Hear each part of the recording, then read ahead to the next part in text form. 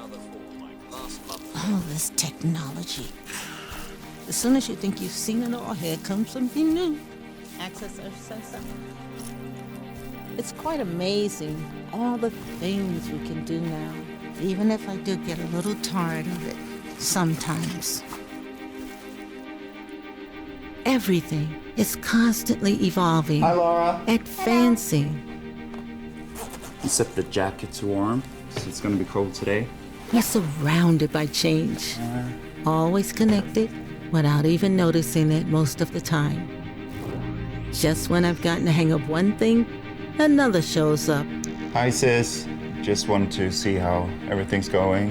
Is there any news? I guess that's what happens when you get to be my age. Nate. Some worries still remain, of course. I think worrying is part of human nature. Yeah, we're all good here. We're just waiting for the medic, so we'll We be back in need touch it soon, okay? to keep moving forward, keep advancing. We'll be back in touch soon, okay? It does amaze me just how far we've come, how accessible everything is today. There's so much less worrying, less stressing, and with that comes more freedom.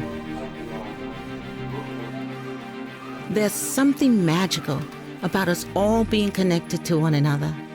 It's like we're never alone anymore, Except. for better or for worse.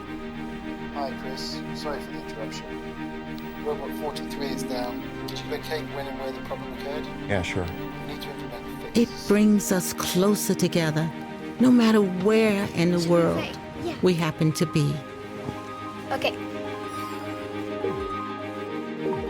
And it makes us all equals. Found I do love that. Age, background, disabilities, it just doesn't matter as much anymore. There'll always be new problems to solve, new issues at hand. We're only human after all.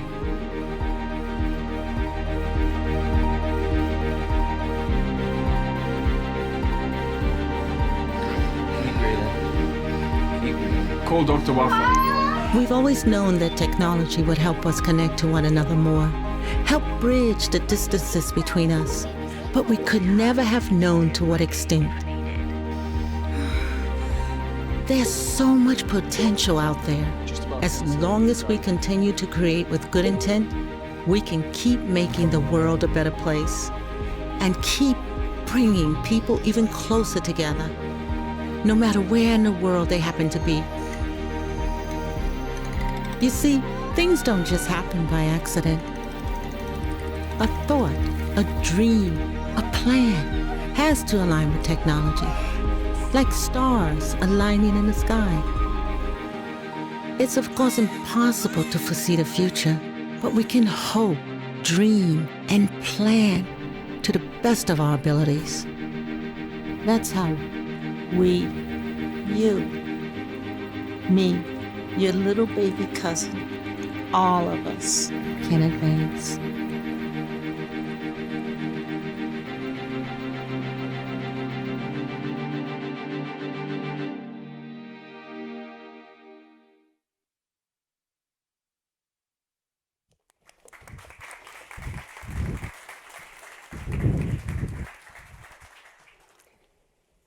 Your Majesty, ministers, excellencies, ladies and gentlemen, welcome to the Smart Society Summit.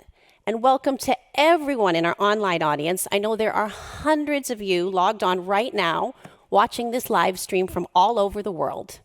My name's Elizabeth Valentine, and we have an intense and exciting afternoon planned for you. You're going to hear from leaders from the most influential and cutting-edge international companies, and hear from the experts and innovators with a regional and global perspective. So whether you're here with us in person today in Dubai or watching from your country, today is a day to gain insight and fresh ideas on how we can build a smart society together. Now, Sweden is bringing global business and industry together to explore solutions for a smartable, sustainable future. So today, we're inviting you to join Sweden to pioneer the possible. Let's co-create together, and I want to start by welcoming to the stage Her Excellency Anna Hallberg, she's Sweden's Minister for Foreign Trade and Nordic Affairs. So welcome, Anna.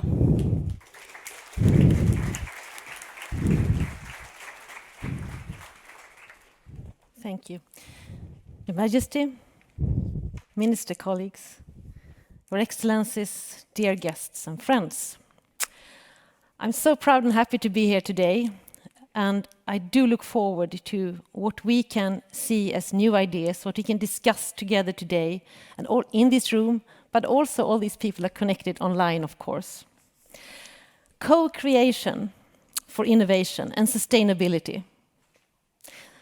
Those are the themes for the Swedish Pavilion at Expo 2020. I think it sums up all the changes that is happening throughout Sweden today. A grand transition is happening. It might sound like big words, but it's really a kind of a green revolution that is happening right now. And Swedish companies at the core are pioneering the possible. And there is indeed such a belief in the future. Sweden aims to be the first welfare country to achieve carbon neutrality. And at the core of this, it's the academia, it's the Swedish companies, focusing on achieving the goals set out in the Agenda 2030. Smart societies choose, of course, sustainable development, not only because we can improve the quality of our lives and meet the climate challenges for the globe, but also, of course, that it's indeed not only good for business, it's necessary for business. We want to share our experience and lead by example. We are inviting the world to join us, to contribute to the transformation of societies. And we just need to stretch the boundaries of what is possible. This is where we need creativity, innovation, and a constant drive to improve ourselves. This is really Sweden right now, today. With me here today are business leaders from most of our top Swedish companies that will present how to do it, how we are at the forefront in so many industrial sectors. What is also unique for Sweden is our model of close cooperation between enterprises, government, and academia. We see it as fundamentally important to enable creativity and entrepreneurship, of course. Sweden's top scores in international innovation ranking speak for themselves. A remarkable track record of early adopters and of entrepreneurship. We top the rankings of ease to do business with. We are the global leaders in most unicorns per capita. We have a strong welfare state with free and world-class education, which enables talents from all walks of life and all kind of backgrounds to fulfill their potential. We have a labor market based on consensus and free from conflict. A labor market with parties whose fears aren't a new technology, change or structural transformation, but rather the opposite.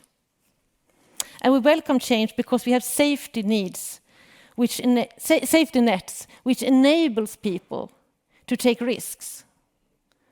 For the employee to seek jobs at new companies or to try the entrepreneurship path, or for the entrepreneur to start our next unicorn maybe. And we have a government, and I hope you can feel that as representative for the Swedish government, with an active political agenda to, together with our companies, promote our industrial life all over the world, to increase our competitiveness and quicken the transition to a more sustainable future. But top rankings, they don't happen by chance. The fundamental and the platform for that is, of course, close cooperation. And that is why we're here today, and that is why we say, join Sweden. We want to build partnerships with the countries in UAE, in Saudi Arabia. We have representatives here from today. And in all these countries, might be, again, a big word, all these countries that we see here at the Expo 2020, or many of them anyhow. And this is what we like to show from Sweden's point of view, to show that we're here and we want to create more partnership, government to government, business to business, academia to academia. And Sweden, as a whole country, I can say, stands united in its efforts to this green transition. We are at the forefront. We are pioneering the possible, and you are all invited to join us on this fantastic and exciting and necessary journey towards the future. So thank you very much for being here.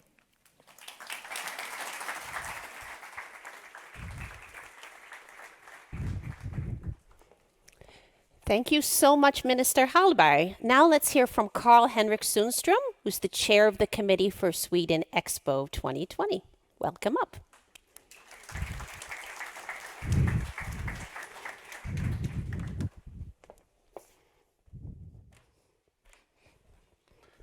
Thank you. Your Majesty, dear ministers, your excellencies, ladies and gentlemen. So, what is the purpose of a smart society? It's going beyond just technology. It embraces growth that builds an equitable and sustainable and resilient environment for all who live and work within it. It's very important. So what is Sweden's position in this? Sweden has taken a very bold position and becoming the first fossil-free welfare state in the world. And we can only achieve this if we collaborate with others and with ourselves. And as many speakers previously have said, innovation does not happen in isolation. We need to work together. So what will the Smart Society Summit achieve here? What are we trying to achieve here today? So it's, of course, showcasing the best Swedish solutions. But that's only part of the summit. It's also a platform so that we can build together with the rest of the world and invite others to be able to make this growth for the whole planet. It's very important for us. So when I was thinking, going into this, what would I like you to take with you when you leave the summit? And I think it's providing building blocks for companies and nations to be both inspired, but also to commit in investing in solutions that can contribute to a better world, especially when it's regarding global warming. So who are the companies participating here today? Yeah. Sweden is a very small nation. We are 10 million people and are located quite close to the North Pole. But we have constantly punched above our weight. And as Minister Anna Hallberg said, we are among one of the best nations on earth when it comes to innovation. But you also need to make sure that we continue to do that. And the companies we have here today represents some of the smartest and best companies that we have in Sweden, which I'm very, very proud to be able to present here. And by joining this and driving change, we will continue to be very high on innovation, but we need to do it together with others. And we invite all nations and all other companies to be part of this. Thank you.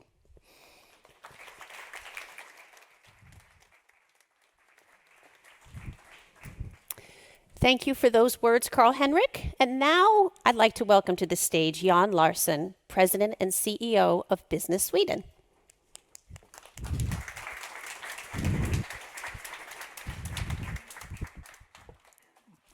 Thank you, Elizabeth, Your Majesty, Ministers, Your Excellencies, dear friends.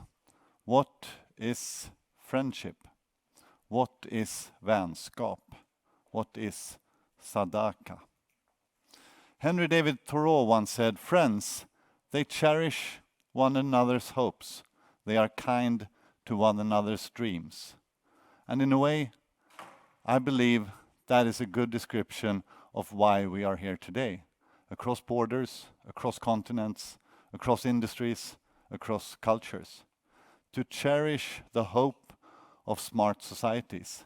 to be kind to each other's dreams of better and more prosperous societies, both here in the Gulf region, in Sweden, and wherever in the world you come from. Smart societies are innovative because they capture the best ideas and thoughts, regardless of who they come from. Smart societies embrace and use insights and mistakes to learn and develop new and better solutions. Smart societies understand that happiness today has no value unless it also is possible to be happy tomorrow. In short, smart societies are innovative, digital, and sustainable. But friendship is more than aspiration. Friendship is also commitment. As Khalil Gibran wrote, friendship is always a sweet responsibility, never an opportunity.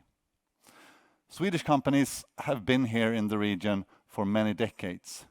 We do not see our friends in this region as an opportunity, a hope for a one-off deal that will look good in the next quarterly report.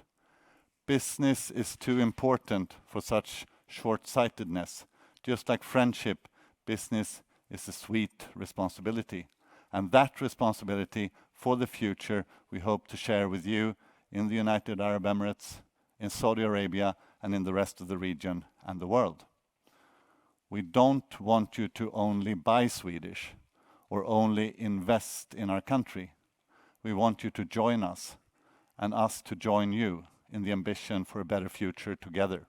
Or, as stated in the Expo 2020 motto, connecting minds, creating the future.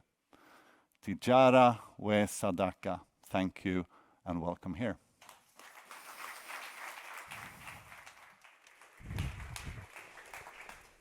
Thank you so much for those insights, Jan. And now we're coming to the moment I know many of you have been waiting for, which is to meet our first panel. And we're going to welcome our first panel up to the stage very soon once we get everything ready here for them. And we're going to talk a little bit about how Swedish companies can collaborate with the world and turn these visionary ideas that we've been talking about here today into smart society reality. So I know you're as excited as I am to meet our first panel today. So let me start by going over to my place here. And we'll see soon when we can welcome them up to the stage. So welcome to our panelists. We have Her Excellency Reem Al-Shahimi. Welcome.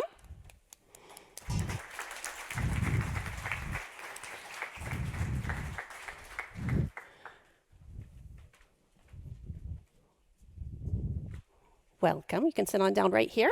And then we'll have we have the rest of our panel too. We have Borje Ekholm from Ericsson, Bjorn Rosengren from ABB, Martin Lundstedt from Volvo. Come up to the stage and join us here.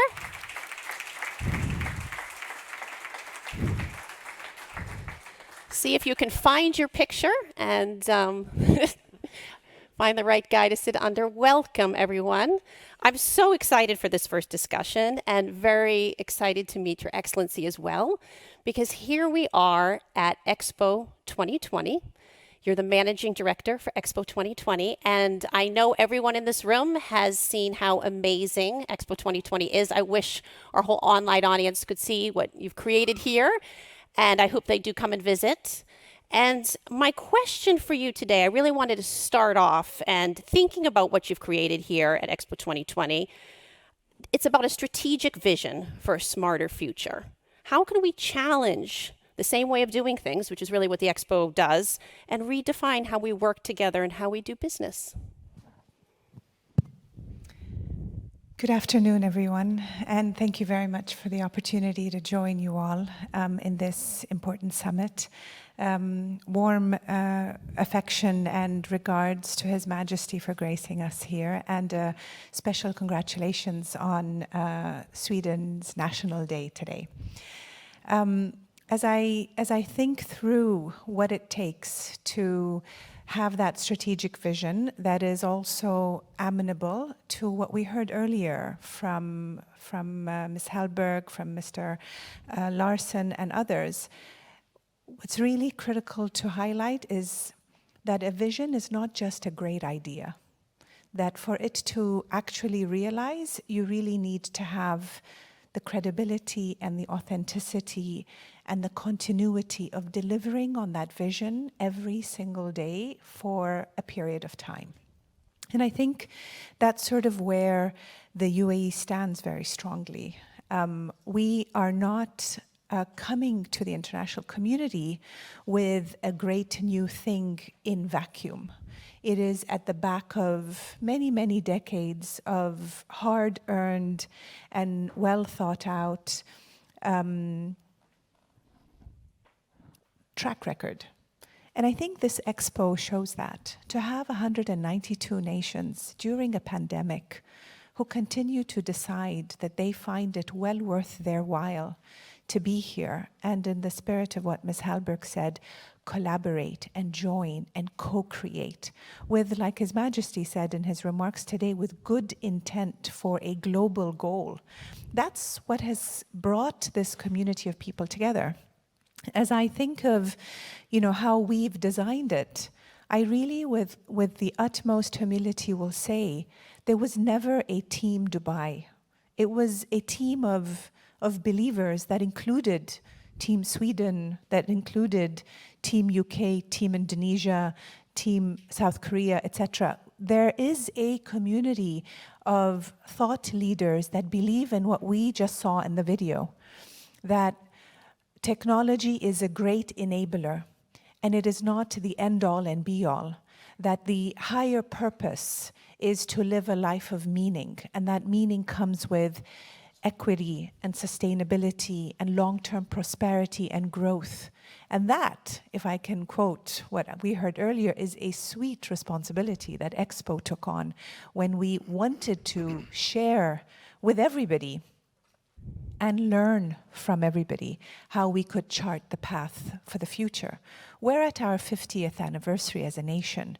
We're young, but we are unabashedly ambitious and unabashedly also humble about how much more we could do together with others. This is never going to be a solo journey if it is to be a meaningful one.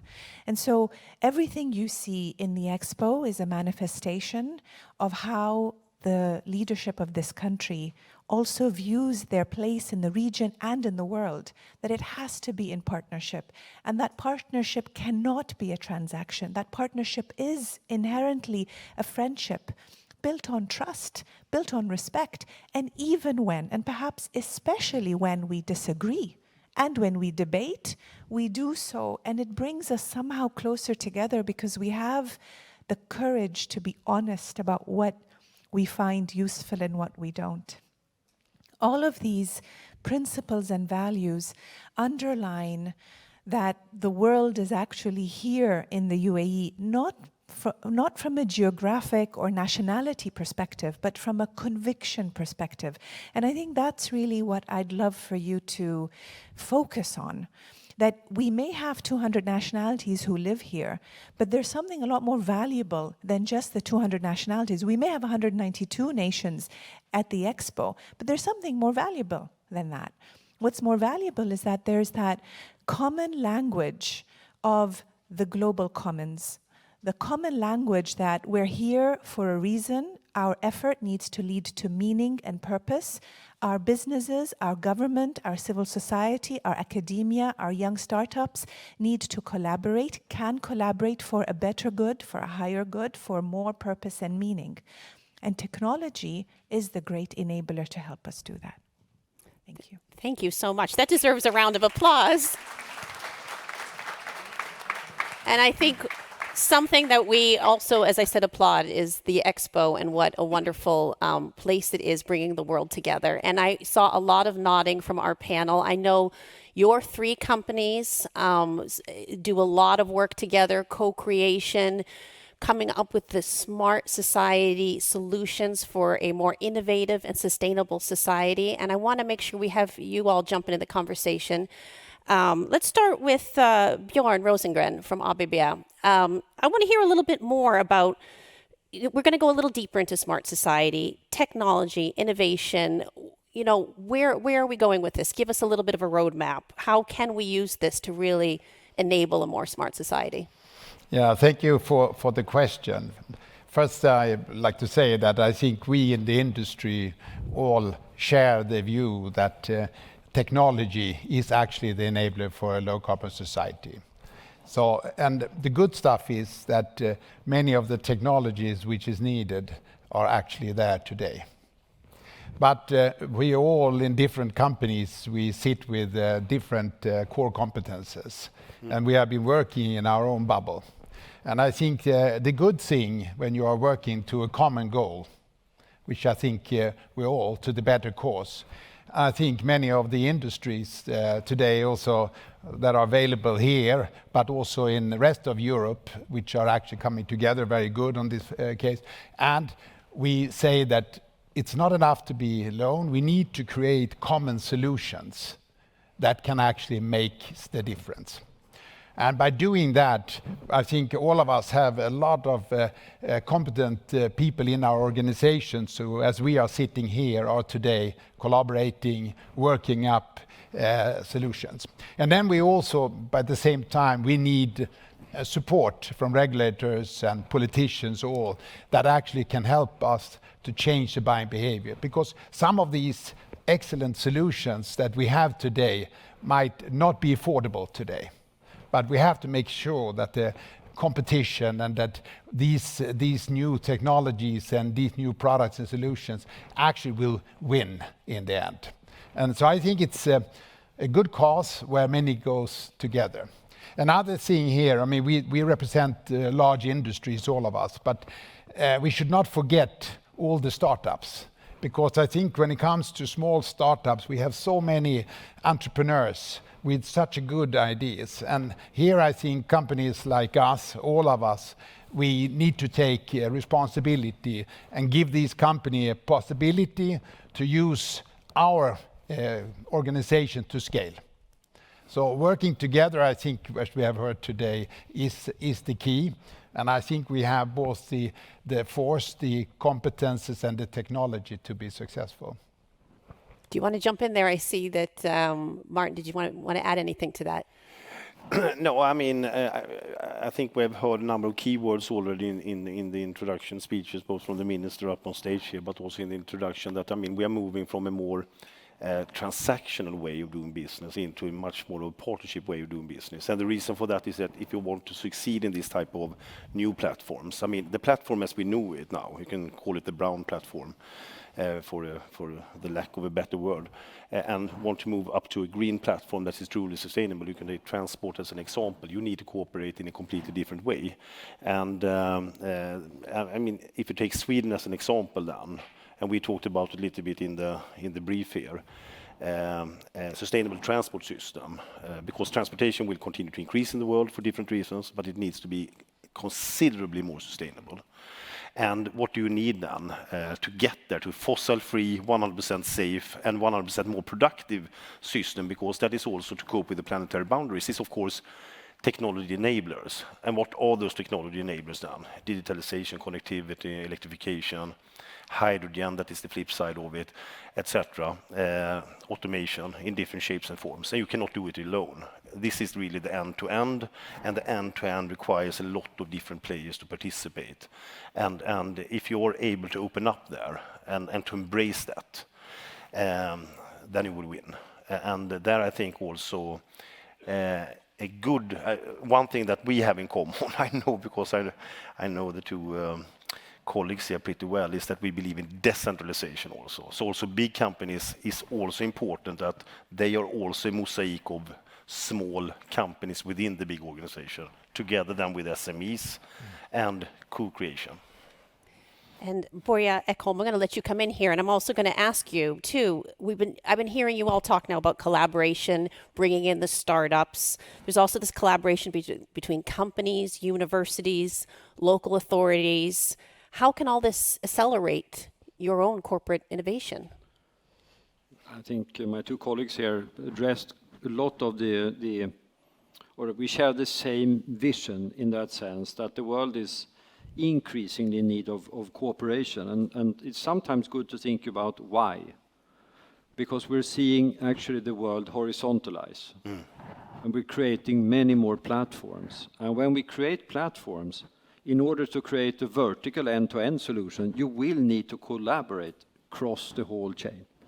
Otherwise, there is no chance to create that user experience at the end of the day. So when we talk about the future, I think we have to think much more about ecosystems. We're no longer talking about Ericsson providing one thing and ABB providing one thing and Volvo providing a third thing. We actually have to work together. Exactly. And we see that we work together with ABB, for example, on smart factories. We work with Volvo on a connected site. So all of this have to be done much more collaboratively. Otherwise, we're not going to create those solutions. But I also think here governments actually play a very central role. And I will take this opportunity to compliment the region, because on the digital infrastructure, it's actually the best in the world. Sits here. The best telecom networks, the consistently best performing networks there are. And that is a massive benefit when you move into innovation.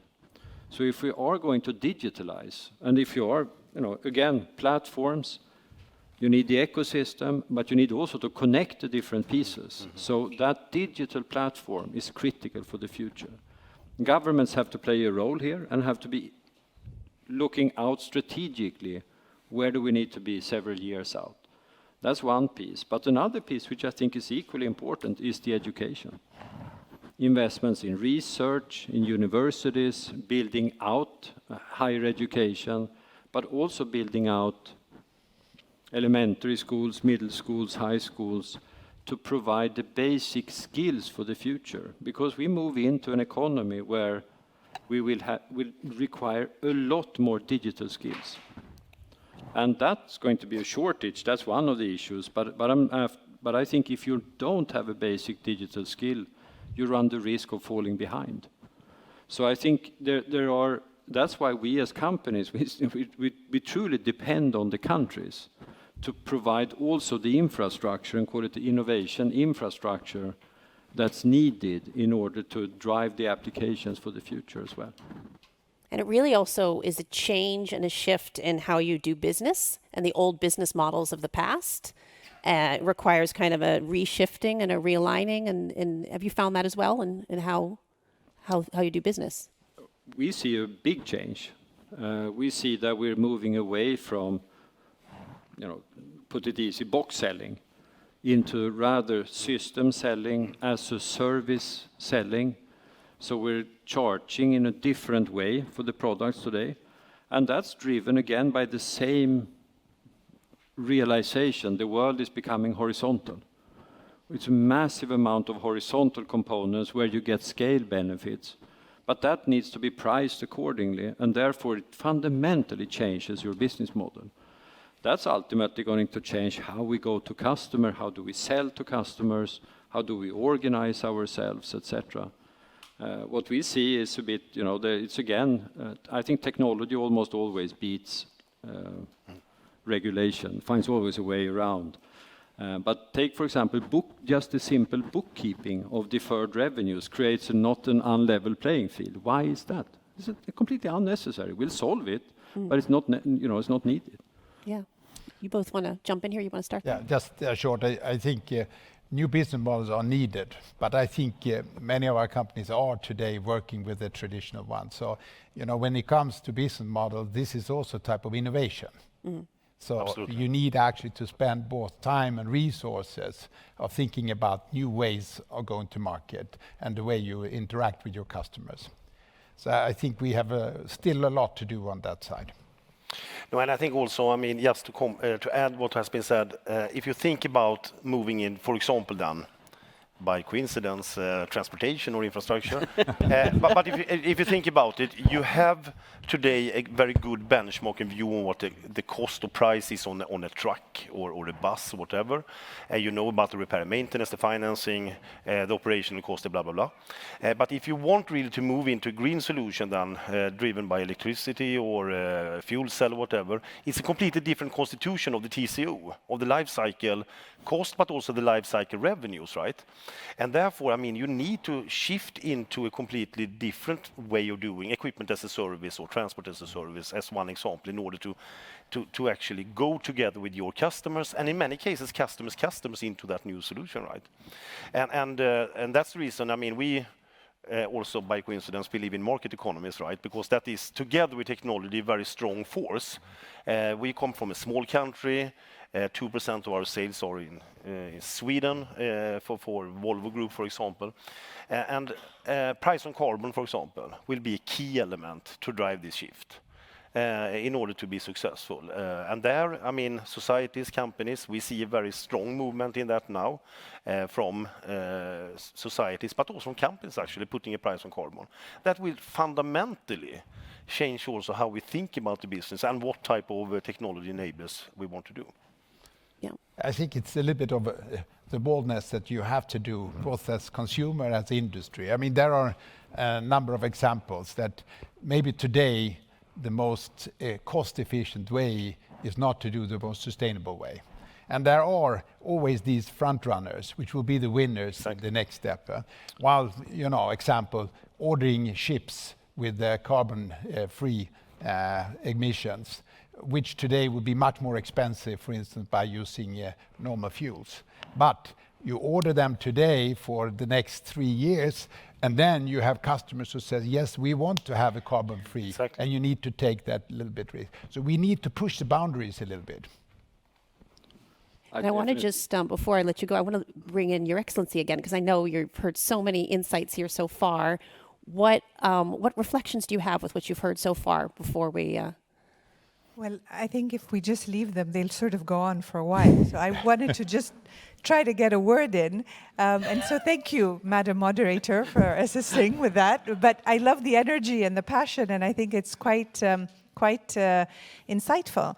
What I would say, to slightly argue, if I may, and I know we don't have a lot of time, is that the hard infrastructure is almost the easiest part. Because yes, this region has great internet penetration, great digital technology, but what we also have increasingly learned is that we need incredibly resilient talent, and we need agility in our systems in a very, very fast-moving environment. Because just as technology is that great enabler, it's also that great disruptor. And so you could have the fundamentals cornered for your ecosystem, but unless you have the necessary regulatory agility that listens and consults with other stakeholders, the most dangerous scenario is a room without the other people in the room as well. Right? So when government makes policy decisions, the level of consultation with lead industries, with SMEs, with startups, etc., is going to be very important in a consultative manner that's actually practical and fast, so that we can actually be agile as well and responsive.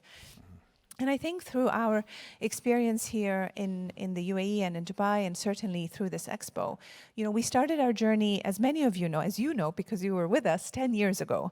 And throughout this entire 10-year saga of delivering a world exposition for the very first time in this part of the world, our motto has always been, we're going to be doing this together. We're going to integrate what you think is also important. And you know, that also isn't a simple or a simplified task. And so I did want to say that all physical things, including our own journey as a country, and we're only 50 years old, that was the easiest part of our development. No, I'm not dismissing the difficulty of it, but in comparison, how do you attract great global talent, retain them, create, as you said, an ecosystem where they continue to innovate and get better, and then guide it towards a good purpose?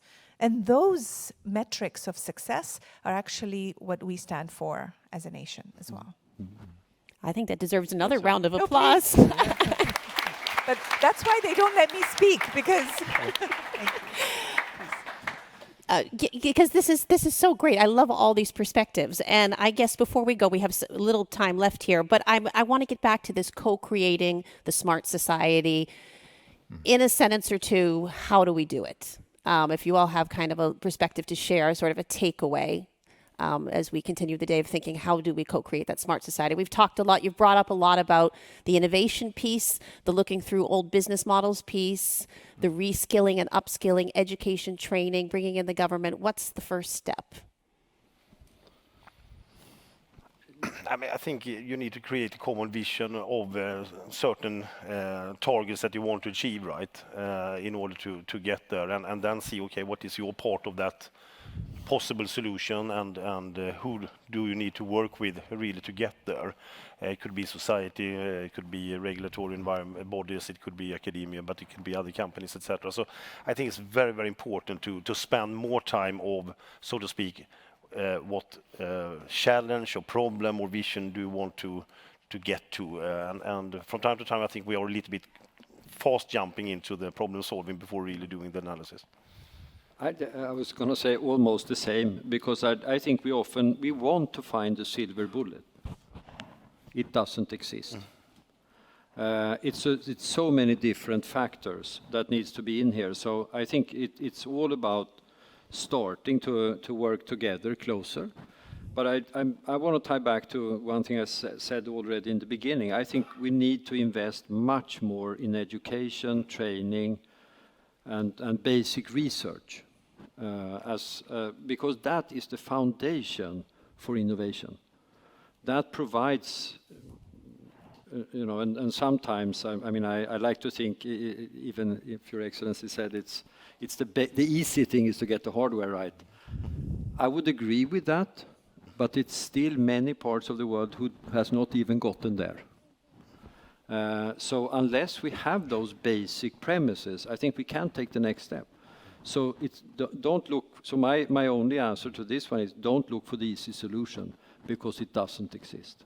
I think that should be the words to remember from this panel. Don't look for the easy solution. It doesn't exist. But thank you so much. What a wonderful first discussion for the day. I'm going to give you guys a round of applause. Thank you so much. Thank you.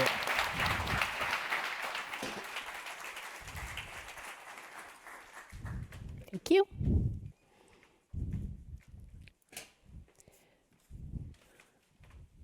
We're going to welcome our second panel up to the stage. We're going to hear from leaders from across the industry spectrum. This is going to be a little bit different of a format.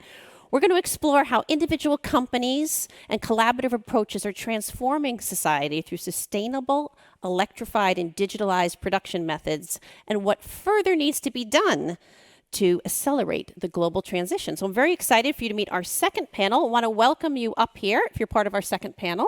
I'm going to take my notes for our second panel. Welcome. We have Dr. Iman Al-Mutari. Welcome to the stage.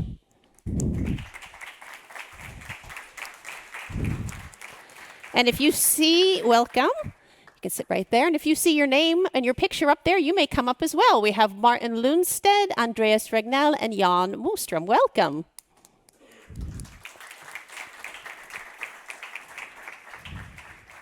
So this is just the first part of this panel. We have a lot of panelists coming up, and it was almost too many to have them all have too many chairs at once. So we decided to kind of divide it up a bit. So you'll hear from some more folks in a bit. This is going to be a little bit different than the first panel. Instead of having you all interact with each other and finish each other's sentences, we're going to pretend. You're not all coming out here one by one, but we're going to pretend you came out here one by one. We just didn't have the stage for you all to come out one by one. And we're going to imagine we have a spotlight coming right on you, and we really want to spotlight you, and we want to spotlight your specific sector as we talk today. And then we will bring in some more people. So it's going to be a very rapid fire discussion. You'll just hear a little from each sector, and I hope it really intrigues you to learn more and dive deeper into it. So I will start here today with you. Our spotlight falls on you first, Your Excellency. You are, I should also introduce who you are. You're the Vice Minister of Commerce of Saudi Arabia and the CEO of the National Competitiveness Center. So welcome. And I think you're just the perfect person to talk to today, because we're talking about a smart society. You've heard this, and about how governments need to work together, cross-sector, collaborate with businesses. And what you're doing in Saudi Arabia with the Vision 2030 to really harness these business to government collaborations to deliver what is a very, very ambitious program. I think we all want to hear more about it. A lot of us have been following that. So tell us a little bit more while the spotlight falls on you here. Thank you very much, and thank you all for being here, Your Majesty. Thank you for being here as well. We have started a program since 2016 in the National Competitiveness Center, and what we do is we try to keep the government away from business. That's exactly what our ambitions are. And what we mean by that is we want to work on deregulating more than regulations. So implement policies that will make it easier for businesses to thrive in the economy in Saudi Arabia. And when we talk about businesses, we talk about local and foreign investors and investments in all sectors and in all regions. And our ambitions in the Vision 2030 is to diversify our economy and wean off the economy away from oil and gas. And part of which we're doing today is a sustainable economy, more clean energy, introduced to Saudi Arabia, but also to the world, where it was supporting the whole world with oil and gas. Now we want to support also the world with diversified energy. So what we do is we work with all government sectors, and I mean all of them. So we have 50 government agencies sitting on one table, and we meet every week on a Wednesday. Actually, I missed the meeting today because of this meeting at 1 o'clock in the afternoon, Saudi time. And we have the private sector sitting on the same table, something that we have missed doing in the past. Before, we thought that as a government, we know everything. We know what the private sector actually wants. But actually, we don't. And just sitting there and listening to what their needs are was a huge change for Saudi Arabia. And that's what we do on a weekly basis. And we continue to work on this with businesses on a daily basis. Thank you. And now the spotlight falls to Martin from Volvo, who we've already met. But now I want to go a little bit deeper into your own sector a little bit here, the transport industry. Yeah. How you can remain competitive in this transition to fossil-free transport solutions, to more sustainable solutions. How is this supposed to happen? How can we start decarbonizing the entire value chain? What needs to be done? First and foremost, I think we are in a very exciting period of time. Of course, that the governments and countries have very clear ambitions on decarbonizing all sectors, obviously, but transportation, and not at least the heavy transportation then when it comes to trucks and moving goods and people and public transport, etc. But also, what is super exciting now is the whole movement of science-based targets and adhering to Paris from different companies. And why is that important? Because when companies are going through their CO2 abatement curve, transportation is coming pretty high up on the priority. So it's good news to be in the transportation sector. It's fun. And a lot of companies are actually now targeting their inbound, outbound logistics. And it's primarily the transport buyers. Technology is there. Demand is coming now. So supply, demand, infrastructure is also coming step by step when it comes to a number of partnerships now and charging infrastructure. We talked about a little bit previously, etc. So it will be now a roadmap that will accelerate in different parts of the world. It will be S transition, meaning that a number of applications will go first. Public transport, as I said, in big urbanized areas, distribution, regional haul, mines, ports, quarries, and then you will come into the regional haul, long haul, etc. Battery electric, fuel cell electric, automation will play a very important part. The whole connectivity in order to fulfill also the grid, smart grid. Transportation sector will also play an important role when it comes to energy storage, etc. So it's really a movement going on now. We have said that for the Volvo Group from 2040, we will only deliver globally, we are in 190 countries, fossil-free solutions globally. And that means also a number of segments and the regions will go considerably quicker. And we have seen that acceleration started now in the heavy transport sector as well. But it's really an effort also when it comes to the infrastructure side to get it going. But if you want to be in a super fun industry, then you should be in transportation and logistics and infrastructure. That's the case. And energy. And this is what's so interesting as I ask these kind of spotlight questions and we, really set the spotlight on you and get these different perspectives. I think this is so interesting too, because so often we talk about what all the industries have in common. Now we're going very sector specific, because I think each sector has its own challenges. And coming to that, Andreas Regnell here from Vattenfall, how can Sweden support countries to accelerate their journey to fossil-free energy production? I mean, this is something needed around the world. What is success going to look like? Where are we on this transformation journey? I think that the expression pioneering the possible is actually a very good description of what we can do. Vattenfall has as a purpose to enable fossil-free living within one generation. And in line with that, we have a lot of collaboration with different industries. And so far it's primarily in Sweden, but I think the reason why it is in Sweden is twofold. First of all, we have a reasonably fossil-free electricity system to start with, so the climate case is good from day one. But also that we have a tradition of cooperation. And I think that's, I think that one of the things that we might underestimate a bit in the transformation is the demand. We believe that I think there are many corporate boards sitting there and saying, do we dare to take the step? Because they might be worrying if the demand will be there, maybe it costs more. My perspective is rather that once you've proven that you can do the end-to-end value chain in a fossil-free way, demand will be the least of your problems. The problem you will have, and some, my friends here might say the same thing, then it's the problem we will then run into is scaling up. But the first tipping point, and that's how I would like to define success, is that you've proven that you can do the whole value chain in a fossil-free way. Because then demand will be there and you will focus on one only thing, and that is to scale up. Yeah, and now if we move, I keep flying across sectors here. Now we're going up north to the mining sector, Jan Moström, LKAB. That is a very fixed country activity. You do this in one country. But what can Sweden offer? Again, this is the same sort of question of what Sweden can offer the world to facilitate that kind of sustainability globally for other countries that do mining. Well, if you go into mining, of course, obviously we can't relocate the mines. It's somewhat tricky. But what's important is to create and develop solutions for how to extract it. Our main focus is to develop a sustainable underground mining process that are electrified and autonomous, because we have to be extremely competitive working 1,000 meters below the surface.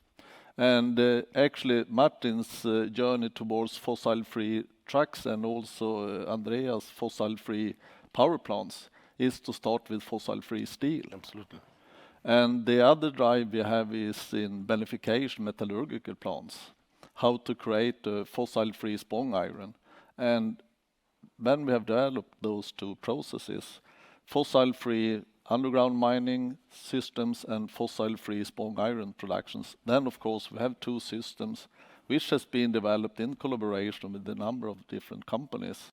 Then you have a system, a process, you have equipment to be out on the world market. This is so interesting, just hearing all these different perspectives where you all have a different story, but you're hearing the similarities, right, between what they're saying. And it comes back a little bit to what you were talking about, too, in the beginning. Before we get to some of the other panelists, I didn't know if you had any reflections so far. Well, I just wanted to say that we need you all to work very hard because we need your companies to come and invest in Saudi Arabia and help us in our investment. You know, we're getting into, we said we're diversifying away from oil and gas, but these are the sectors that we're diversifying into: mining, education, healthcare, fintech, you name it. All. We have more than 15 different sectors that we're trying to diversify our economy into. And without the support and the energy of these companies who can actually pull it together with countries like Saudi Arabia and other countries in the region, together we can do it. The government will facilitate for the private sector. The government will make the policies easier to adapt. The government will encourage and will incentivize the private sector to actually come and work and transfer knowledge and maybe build some more on the innovation parts, and we've talked about that. But without the innovation, without having the private sector work hand in hand with government, I think government alone cannot do it, private sector alone cannot do it, but there is the supply and the demand. But we have just to put the right regulations, easy regulations, good policies that everybody can actually learn from and understand. This way they will actually grow. And there's much more that we can learn from Sweden. We have actually visited just recently, a month and a half ago, and we visited all these companies. And the reason why we visited is because we wanted to say we're open, we're opening our doors, we want to learn more of what you're doing. We encourage you to come and invest, we encourage you to come and innovate. We will help you get there, and you can also help our country to get to where we want to be in Vision 2030. But it's a collaboration, and it's definitely a big partnership. Well, thank you. We were going through a whole parade today of different sector experts, and I know there's more people who want to join the parade and come on up. So I'm going to ask you all to step off the stage. We'll be bringing you back in a little bit, but I want to give them a round of applause for joining us.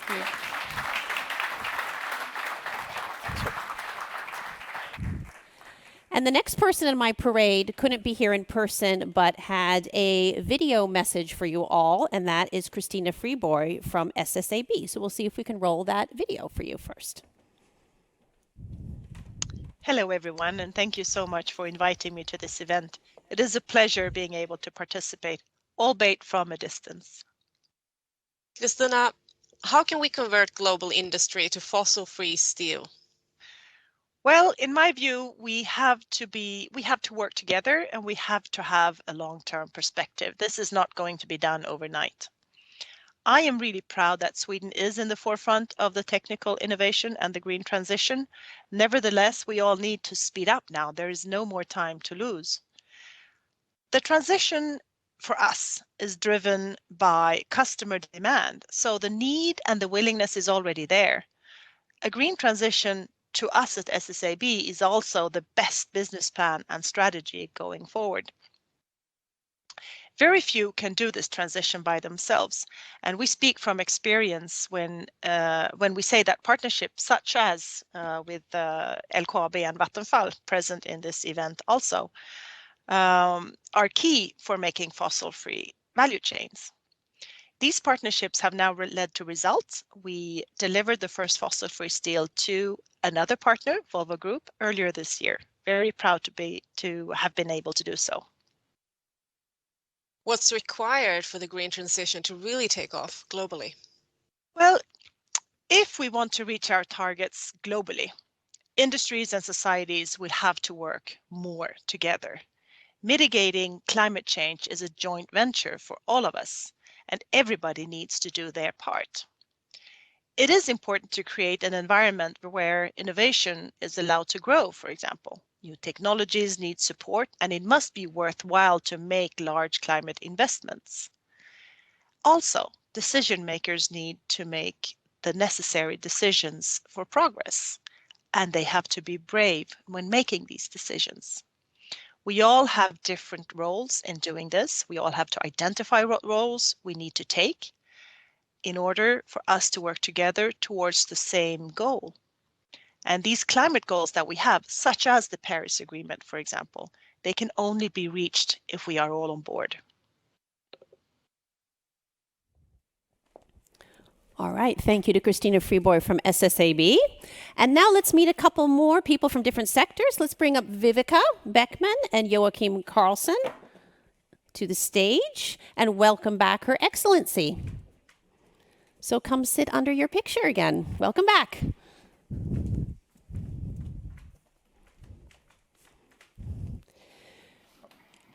Vivica, I'm going to start with you. You're the Director General of the Swedish Forest Industries, and we've been talking a lot about sustainability and different industries, different perspectives. Wood, cellulose, the role that plays. We're in a house of wood, by the way. I should point out for those who, the hundreds of people we have watching from around the world, we are in a completely wooden house today here in Dubai as we have this conversation. Tell us a little bit more about the role of wood in that sustainability transformation. I would say that the forest industry plays a fundamental role in the transition. We are a key player. I mean, if the growing forest absorbs carbon dioxide, then we harvest and we can use the products. And in long-lived products, we store the carbon. And when it comes to other products, we have a substitution effect. We substitute other fossil products. So throughout the lifespan of the tree, we store and store carbon, basically. So we play a fundamental role in order for us to be able to sustain the lifestyle that we have become used to and enjoy the wealth that we are enjoying today, while not sort of lowering the standards for upcoming generations. I mean, you mentioned that this tree is made from wood, and it is. I learned from Jan Teslav yesterday that 300 trunks were brought here to make this wonderful building. And obviously, the beautiful trunks we see outside, they are there in their entirety.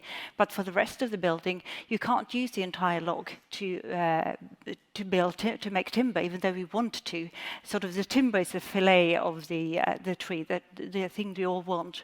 But all the other parts which can't be used for buildings, for instance, are being made into toilet paper, cartons, sanitary products, and other products that we need for in our day-to-day lives, and that's fundamentally important that we can use these products.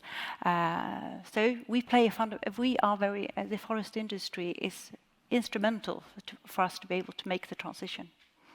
And I want to shift, this is an interesting shift to make, from wood to trash when we talk to Joachim Karlsson from NVAC, and I think it's just as important a subject to talk to. It's easy to talk about what we build our houses with, but not always where we throw things away. But it's just as important to talk about smart waste collection technology, and what role does that have in the sort of sustainable smart society we're creating? Yeah, thank you, Elizabeth. And as with many of the great innovations we have heard about today, the feeling from an environmental perspective is, oh, if we only have been doing this from the start. And I think all the new tech we heard about feels so crystal clear, and you immediately understand that this solution should be a new gold standard. And here it's the same with NVAC and smart waste collection technology. So, ladies and gentlemen, can you imagine a city without waste collection trucks and dirty bins? You are nodding, and that's good, because this is reality. So with smart technology, we are moving waste in pipes underground, and thus eliminating waste trucks in the city center. This take a lot of CO2 and particles and emission away from the air, but it also increased the accessibility, the cleanliness, and the safetyness in the city. Also, with modern technology, we have modernized and digitized the waste management. So the customers and the cities can have a detailed view on how the recycling and other related activities really are progressing. And I think these insights are vital to spend money where it really makes a difference for the sustainability. So it's no wonder that the UN Sustainable Goals for Sustainable Development makes waste management as a key to reach these targets. And I have to bring in Your Excellency again, because it's so interesting to hear your perspectives on what you've heard now. Anything I'm thinking too, in your own perspective, in your own experience from your country, have you had some of these similar challenges? And we always have challenges, especially when we don't have enough water in Saudi Arabia. You know, Saudi Arabia has launched its green initiative just last month, where we're going to plant 10 billion trees in Saudi Arabia, 50 billion trees in the Middle East, and that's a huge project, among other green initiatives that we are working on. But the challenge then comes where the water is going to come from. How are we going to build technology that is going to support that? And how can we learn from other countries who've actually done it? And how can we import some more trees from Sweden and develop our own forest, but in the desert, a real forest in the desert? And that's definitely a challenge. But again, also waste management is something that, yes, we have talked about, especially in this region. I don't think we've moved far into this topic, but this is our chance right now to learn more. And by the way, in our visit to Sweden, one of the stops that we have made is one of the waste management plants. And there is a lot to learn from, and that's where we can exchange experiences and knowledge. And that's where we can actually build on whatever others have actually left it. So absolutely, there is so much to learn from. what I'm hearing from you both, and from also the previous people we put the spotlight on, is that people can join Sweden, that Swedish companies have these solutions, that they're on the forefront in sustainability, and you're ready to sort of share that knowledge with the world. That's what I'm getting out of this. Yeah. Absolutely. You know? Absolutely. So this has been so fascinating. And I want to thank you too for coming up twice and talking to us Pleasure. both. And thank you too to more of our spotlight panelists, and give them a little round of applause. Thank you.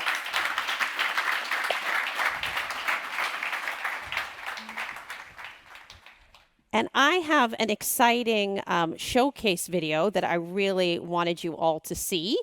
And after that, we're going to dive in to even more insights with our following panels. But here's a great video to watch.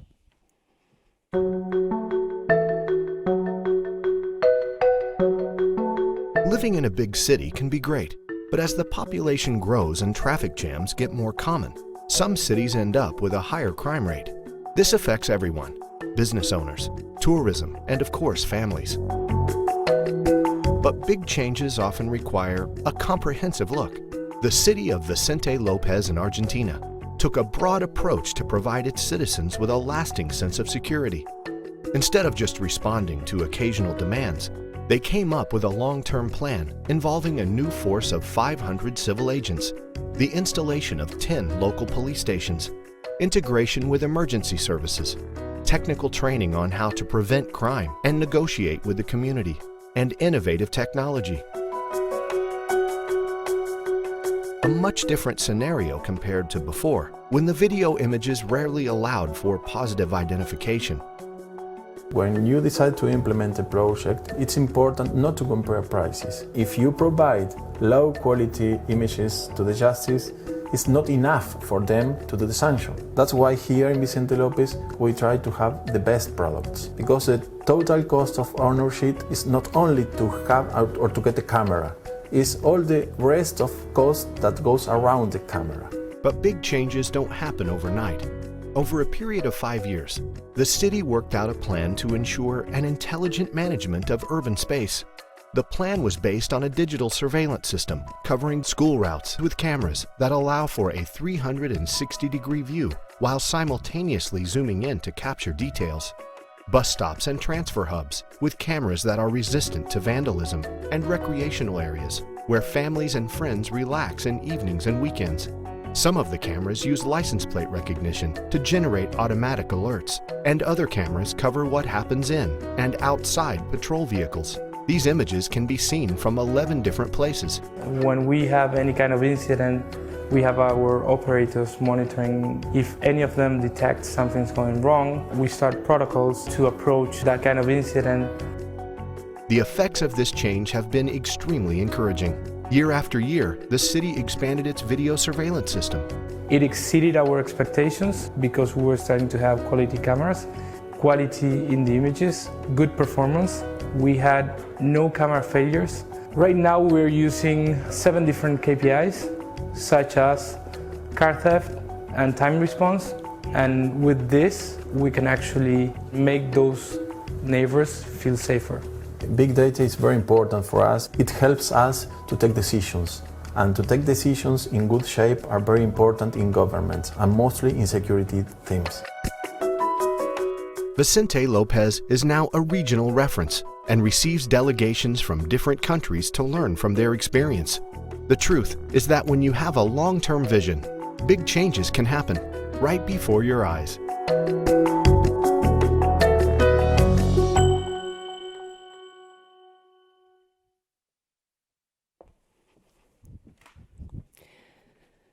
So welcome back to the Smart Society Summit. We're now in the second half of the program, and I want to again say welcome to our large online audience. There are hundreds of people around the world tuning into this, and of course to everyone here in person in Dubai.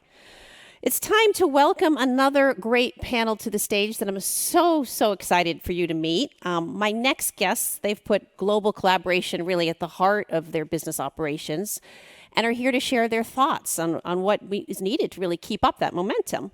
So I want to welcome to the stage, we have Ahmed Sultan bin Salim, who's the Executive Chairman and CEO of DMCC. Welcome.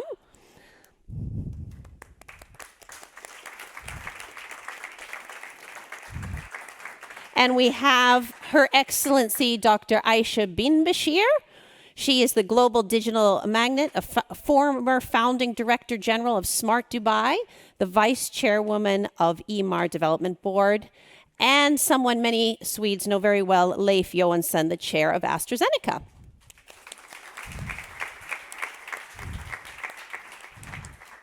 So welcome. Great to meet you all. And I want to start with you. You know, as I drove in here, we all got to see the DMCC, your free trade zone. You see the skyscrapers, you see the 19,000 companies that have come together there to focus on innovation and collaboration. I'm wondering what kind of inspiration Sweden and the world can take from what you've created there in the free trade zone. I'd like to start by saying there's a lot of inspiration that I've picked up from Sweden itself. Just over 2 years ago, I was in Stockholm. Before that, Gothenburg, promoting the Expo and DMCC on a roadshow. And I believe, I don't know if he's in the audience, but your ambassador of the Swedish Pavilion was there, talking about what to expect from the Swedish Pavilion. What inspires me from Sweden is Spotify that came out of that place, the innovation part of it, the great ideas. So that excited me. Plus, walking around the place that looks familiar from the TV show Game of Thrones was also exciting. I thought I was seeing things until they told me, yes, they filmed some scenes here as well, not just in Spain. We represent a very innovative, very competitive community. Funnily, some of the local communities know me in the coffee business, but I've only started 2-3 years back. My colleagues, some on the board, felt we didn't have enough to compete. But I think DMCC Coffee Center with the Brambati machines for processing green coffees and roasting is going pretty fast. We represent, the coffee center has 15,000 square meters of temperature controlled storage facility. We provide roasting, processing, storage. We also provide training for barista championship competitions as well for barista and roasting training as well that will come up. We're tripling the size of our facility, and I have to bring up Sweden and Norway again. A lot of the key champions in the coffee industry come from the Scandinavian areas. And 2016, during my research time, visiting these key areas, I did visit Oslo and Stockholm, and I went to the coffee places. Also the Vikings museum areas, because I was watching the TV show, The Vikings. And I realized the TV show watered it down. In reality, they're much more gruesome and aggressive, apparently. In any case, the point I'm trying to bring is we started off with the much more difficult task, creating a gold center. We are established to enable trade to Dubai and the UAE. So we started off with 3 gold refineries. By 2005, we launched our Dubai Gold and Commodities Exchange, gold futures, gold spot, currency pairs, WTI, Brent, mini Brent contracts. We are looking at listing Ethereum futures, Bitcoin futures. So it's DMCC and its subsidiaries and products is a reflection of what the trends are today and what will be. We are pushed by our members to be innovative. I'll give you a small, silly example. In 2004, we're already 1 year into being a member of the World Federation of Diamond Bourses. And we are the first Arab country to join the Kimberley process, a UN-backed scheme to block illicit or illegitimate diamond trade from the legitimate trade. And we had weighing machines for diamonds. And one of our members said, that's not enough for all my stuff. I don't want to pay the payment of 4 certificates. It's like, but that's what we have. No, bring a bigger weighing machine. It's simple things like that on a daily basis. So if anything that surprised me with the growth of DMCC, I mean, we're known to be the fastest and largest growing crypto ecosystem in the Middle East and North Africa, I believe, and UAE. You'll be hearing more news about that. But the crypto center is not just about currency exchange. It's more than that. Crypto music, crypto social media, crypto graphics. Ivai, one of the companies that I'm most proud of, provides rating for blockchain and crypto businesses. And when they grow to a certain level, they'll provide that service for the institutions outside the crypto world. They are fully dependent on AI and machine learning, no human interaction, and they don't take a fee.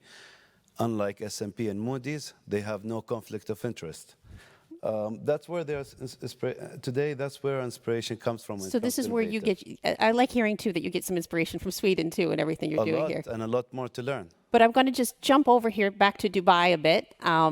The whole smart. I love by the way, the motto "happiest city on earth." One of my favorite mottos. But Dr. Aisha, I mean, you want to talk about someone who didn't have an easy job. It's not so easy to have a mission to build up a smart city, and like you did in Dubai. And you know, this panel, we're calling this panel "Collaborate to Innovate." And I just wanted to see what you had to say real quick about the work that you've done there, creating a smart city, creating that collaboration, overcoming those hurdles. Yeah, see, when you talk about collaboration and innovation, they were the DNA of our smart city projects, and it's not a surprise because it's also derived from our wise leadership vision here in UAE. And there are many, there's a lot reflected in His Highness Sheikh Mohammed bin Rashid, the Vice President, Prime Minister of UAE and the ruler of Dubai quotes. I like one of these quotes when he said, "The future belongs to those who can imagine it, design it, and execute it. It isn't something you wait, but rather create." So it's part of the DNA of our nation also to innovate, but also to collaborate. For me personally, building a smart city initiative, it's all rely on collaborating between different partners in the city. It's not only the duty of a government, but also the private sector, academia, and the society itself. If we all together put a unified vision that technology can help us in delivering that vision, I think here where we can see the value of collaboration and innovation. And that's what's happened here again in Dubai. We've seen Dubai, when we talk about digitization, it's not something novel for Dubai to start only 5 years ago. Actually, this journey started 22 years ago when His Highness Sheikh Mohammed bin Rashid assigned a group to develop e-government. And it was like a natural movement from e-government to digital government, but that wasn't enough. And here where the collaboration component came, because we don't want only the government to run faster than the private sector. And maybe in our region, something especially in our region, you'll see government always lead when it's come to initiatives, all these big initiatives, whether it is utilizing the fourth industrial revolution technologies or like sustainability or renewable energy, you will see always the public sector in front, wherein we need also the private sector to support the government in building all these infrastructure. Here where the smart city came, and our colleagues from the private sector sat with us to draw all these, not only to build the infrastructure, but also to design and test the regulation and the legislatives around these technologies. I want to build on something you said here, and this is this collaboration between academia, industry, government. Leif Johansson, you're a man who knows quite a lot about this, particularly in this last pandemic year. How do we overcome the barriers that exist for that? I think the catch-all phrase is to go to places where you normally don't go to. And if people come across to you, then be accepting what they are telling you to do. In the case of Oxford, Oxford came to us and said, we have academic science that can build a very good vaccine. We decided, and I should say not with very much thinking, that yes, we think we can help. That's the only question we really answer. Can you help? And we said we can, and we are actually now one of the largest producer, if not the largest, of vaccines around the world for 170 countries. If you think a little about what that meant, it has meant that many large companies and smaller companies will have to live in symbiosis in the future, and increasingly are doing so. Large companies are increasingly spending a proportion of their sales higher, but a proportion of that spend much, much more to the outside. Some companies even up to say, let's say 50%. Now, if you say that you're going to spend 50% of your total R&D budget, for example, in the external world, that's billions of dollars, and you can't just go out and throw them away and say, let's see what picks up here. So you have to learn. And I would not take the Oxford vaccine project as the first experiment. I would try to go a little lighter and try to cross those borders more regularly in such a way that you have worked up the roads to do it. But I think this concept of living in symbiosis, small and medium-sized companies and large companies, is really good. Research shows that there is no correlation on creativity and innovation dependent on size of companies. That's quite interesting. There's actually no negative. It used to be said that big was not good. It's actually the other way around. There's no correlation. So that really means that if we are to be innovative and creative, then we need to come into a much broader aspect of what we normally do rather than staying where we are comfortable. And I think this make sure that you go to places that you don't normally go to is a good line for all of that to be caught. So go places where you don't normally go. Not all collaboration has to be big, elaborate collaboration. I think these are also the kind of the examples you both were bringing up. I mean, even small wins are wins when it comes to collaboration.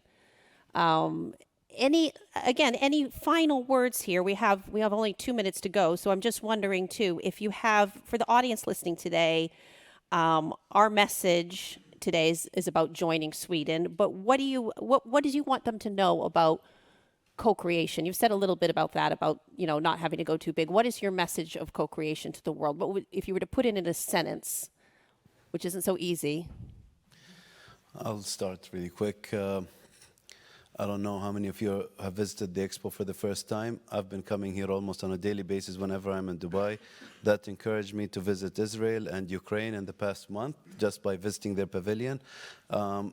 You will not find a lot of stories about DMCC, maybe in the Salat Pavilion, because they've used the DMCC free zone. It's a very influential free zone. It contributes to over more than 10% of Dubai's GDP.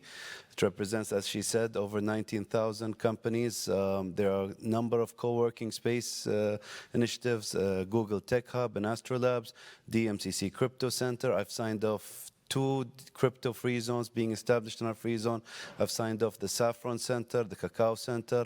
We're tripling the size of the Coffee Center, the Tea Center.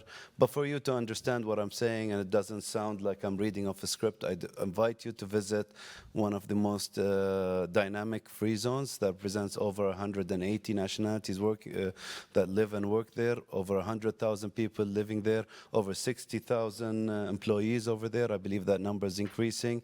And the reason is I want your feedback. I want your constructive criticism. So that's the message from my side. I'm sorry, I'm promoting DMCC.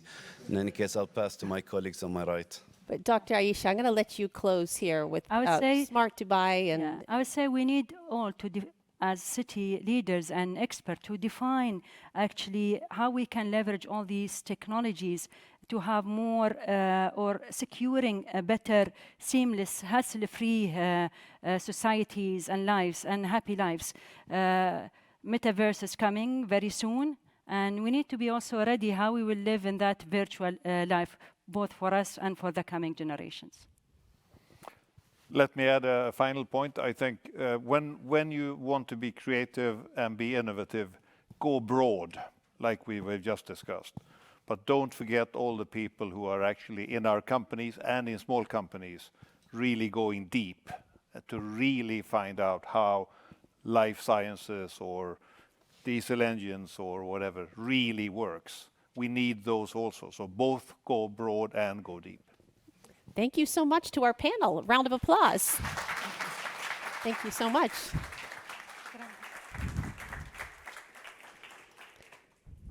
Thank you to our panel. Now we're going to go over, and I'm going to welcome my colleague Sarah Coates-Chandler to the stage. She's going to be moderating our next session. We're going to dive a little bit into the role that sector leadership is going to be playing to meet the demands and solutions for new energy sources. So welcome, Sarah, to the stage.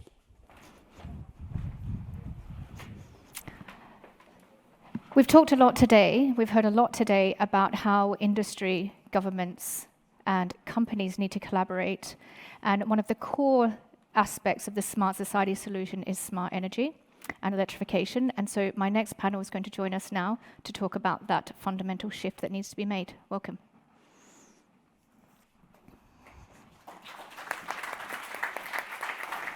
Just wait for your... There we are. Bit of shuffling around. Thanks. So welcome. We've heard a lot about how companies need to take the lead, and we're going to talk now about company leadership. Sweden is already accelerating that, the energy and the electrification shift. Claudio Fetchen first from Hitachi Energy. You're already playing a fundamental role on the global stage, but can you talk to us about what the key enablers are and the catalysts that can accelerate the energy transition? Sure. First of all, it's a pleasure to be here and great event. Talking a lot about collaboration, which is one of the, I think, key points that we'll share as well.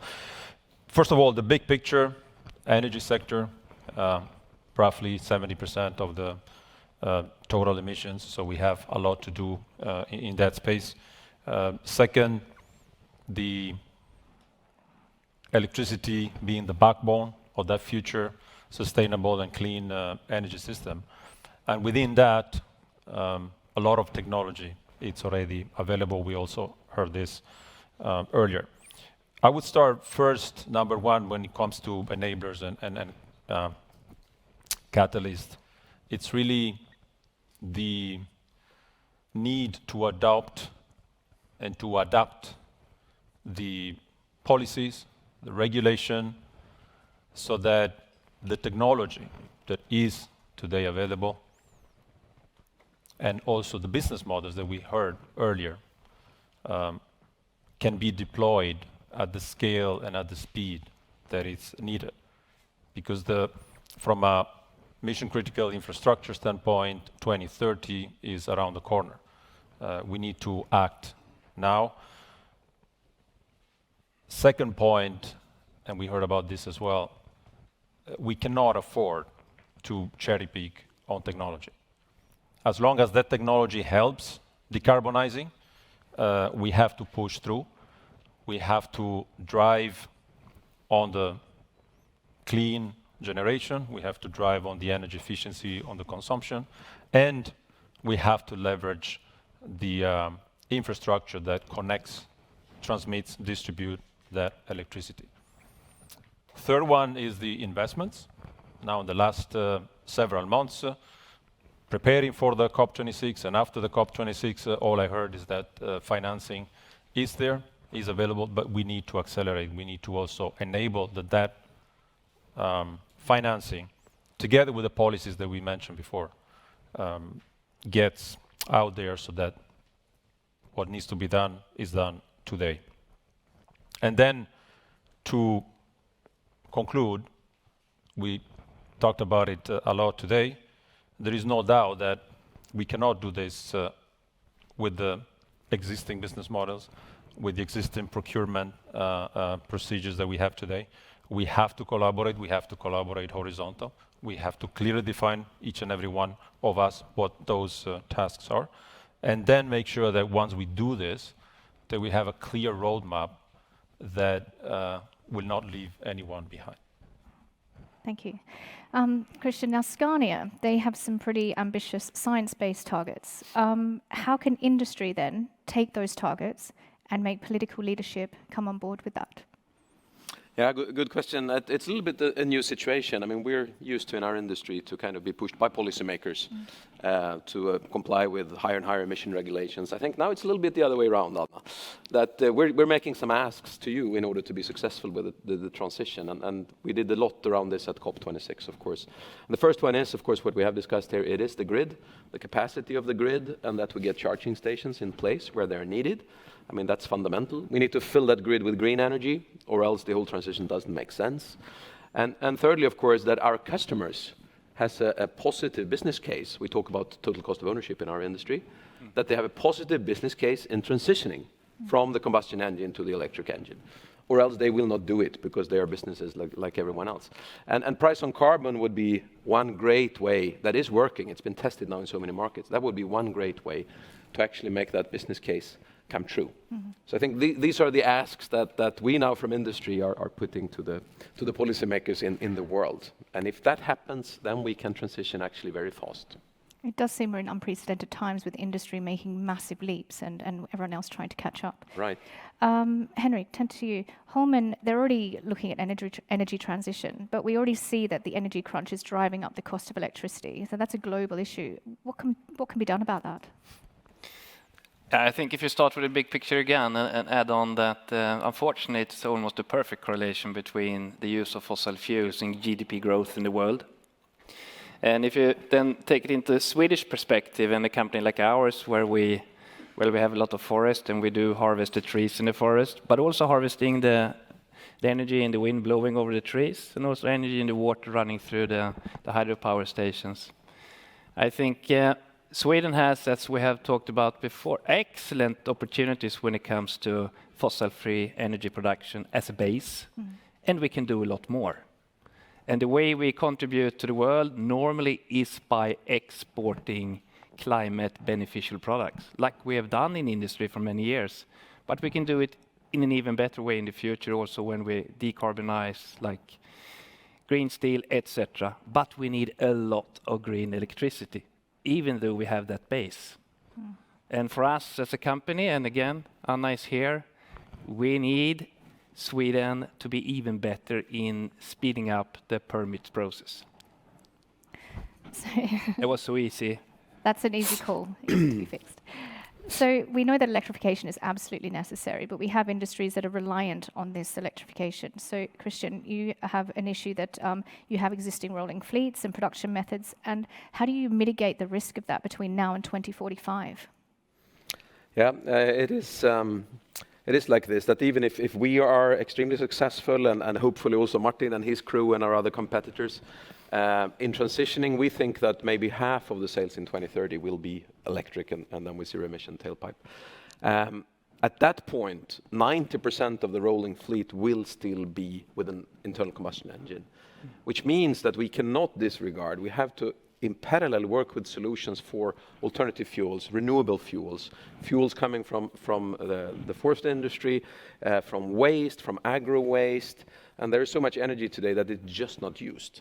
And I think that is, if we can do both these things at the same time, then we will be extremely successful in the transition. So we must not make the best the enemy of the good, because we can actually decarbonize up to 90% with, for instance, HVO fuel compared to poor diesel that you found in many countries today. So there is a lot we can do right here, right now. We don't have to wait even until tomorrow. We just have to push the button to invest in the production of these fuels, and we already have the platforms that are ready to use them. Okay. Henrik, it all sounds like the solutions are there. No, he's asking me to produce more or to make use of the forest in a way that it could be done. Yeah. And absolutely, that's one part where we can contribute, is to make sure that we use the forest in the best possible way, where it does the most climate benefit.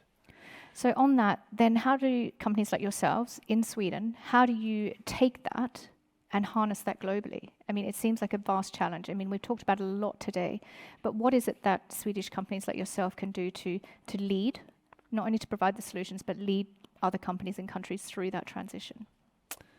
I think in our case, one should remember that we are based in Sweden with most of our production, but our products are being exported over the whole world. Like a building like this, for example, which is not common to actually build in wood in this part of the world, for example, and also in other places. And by the way, we know a lot about planting trees, if I could help a bit later. But by exporting climate benefit, that's what I see as the biggest contribution from Swedish export industries. Okay. And Claudio, it seems to me that Hitachi have the solutions. They're already there. We talked a lot about the political engagement and regulation. What is industry expecting from that, and how can you kind of drive that change? Is it something that you need to lead from in the beginning?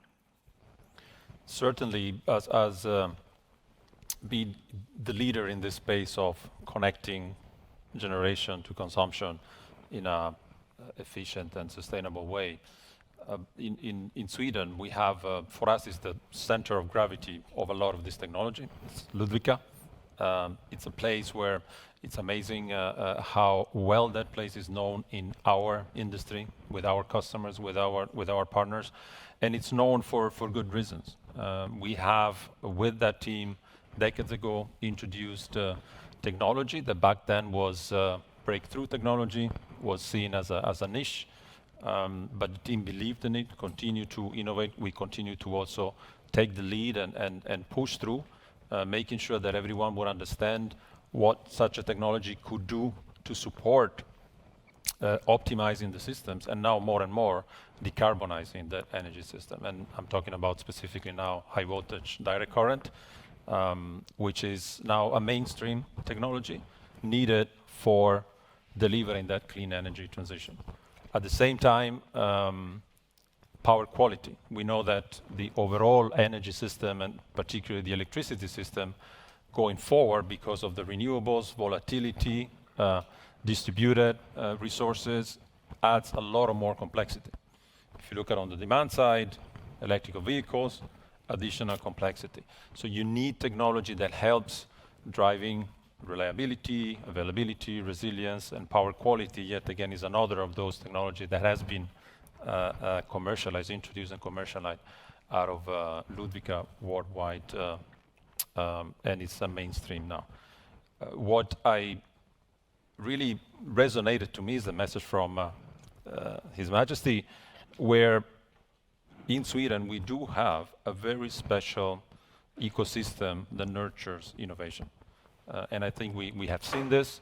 What we now need to do is to leverage more that, make sure that, again, collaborating with the government, with the policy makers, that we create that ecosystem that can be leveraged beyond Sweden, that can be leveraged beyond Europe. Because once again, we will not get there if we don't bring on board every single one of us in the planet, including the emerging and developing economies. We've heard a lot about Sweden inviting the world to pioneer the possible, and it's a big ambition. Maybe you could give me an example. This is a bit of a, maybe an easy one for you to answer. An example of where a collaboration or innovation is really pushing the agenda from each of your companies or from the sector. Yeah, we've heard about that a lot. I think it's about working together in the value chain, or else the transition is not possible. And I mean, in our case, it's obvious that without partners supplying the infrastructure, without partners supplying the green energy, without partners supplying connectivity, startups for software, for identification of where is there free capacity to charge, etc., this transition will not be successful. So I think that is, and that's not how it has been. We have been in our companies doing everything ourselves to the extent it was possible, and then leaving the rest to others. So it's a new way of working that we're not really used to, and that will take some training actually to work in true partnership between sectors and between companies. And Henrik, do you think Sweden has a unique skill set in bringing those collaborative relationships to life? I don't know if it's unique, but I think we do it in a good way. And especially when I think about the government contributing with this, helping with demonstration plants, for example, before you see whether it's viable or not, if it's fair to invest the money. And I think that works in many cases in a very good way. And Claudio, I believe Hitachi have some examples of where they've worked globally, linking different countries. I mean, that's quite an undertaking. Can you kind of talk me through how that works on that kind of scale? Sure, there is a very concrete example where, once again, the ecosystem in Sweden really came all together and helped us bring to life a project that we've been working on for a decade. And it was to basically interconnect the Gulf, the kingdom, with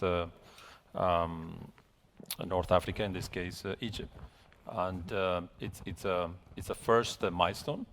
It definitely supports this clean energy transition, because what it will allow, again, is high voltage direct current technology that will allow transmitting power in multiple directions. It's actually a multi-terminal, so there is more than one terminal where in the future we can further interconnect. We can bring in the renewable part that will come into life. And in order to materialize that, besides a tremendous commitment on all parties, also from the customer side, from the partners that help us materialize in that project in the two countries, there was tremendous support from the government, again, from financing with EKN, and a global team from our side that, again, was created by nurturing that innovation and then scaling that innovation out of Ludvika into other centers across the globe, from Asia to North America. It's a great example. Once again, we can't deliver this in series one by one. If we want to achieve the targets on 2030, 2050, we have to scale. We have to learn how to address these models, permitting, and much more in a much faster way. Okay. It seems that companies are actually taking action, but what is the one thing that companies need to do or should be doing to actually really lead the sector challenge? I think we've been into partnerships. I think that is the number one thing. Actually, all the rest we already do. And as you asked me for one example, I will. And as Martin is here from Volvo, I would take the example that we're just signing a joint venture together with Daimler Group, which is of course something quite extreme.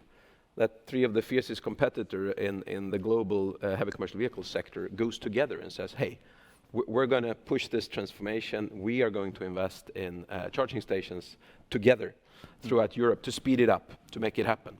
And that would not have happened in the old system, what Martin called the brown platform.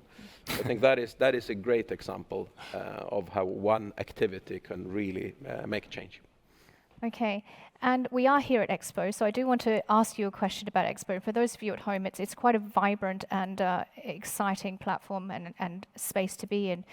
When you come to somewhere like this, what does it inspire you to do from and when you go home again? What's the thing you're going to take away from Expo? Can I start? Yes, absolutely. No, I think it's the absolute open atmosphere and the curiosity that you meet when you walk around in the pavilions and meet with people here. There is a sincere willingness to exchange knowledge and to learn. So there is no competition between the people here, but there is a sincere will to change. Okay, fantastic. Henrik? I would agree. And it feels a bit quite nice feeling actually to be feeling more like a Swede than just my company. And also to discuss with different people and to have the feeling that there are things that I actually can do in the future that we haven't really thought about by just understanding a bit more of how they think, how we think, and what we can do together. I think that's really interesting to be open to those ideas and how they can really inspire innovation. And Claudio, what are you taking away from Expo? If there is one common thing that we heard in every single panel, and I would definitely subscribe that, as we said, yes, we're here to continue to innovate. Technology is there. We have a lot to do. Let's find ways to also innovate in the way we collaborate. We really need to find that innovation in the business models, in how do we deploy all of that, once again, at the scale and the speed. So collaboration, essentially, across sectors, across geographies, across technologies, and across stakeholders. Okay, that's fantastic. Thank you all so much for your time today, and thanks for talking about energy and the electrification transformation. And now we're going to hand over back to Elizabeth, who's going to talk about, with her next panel, the life sciences arena. Thank you. Thank you.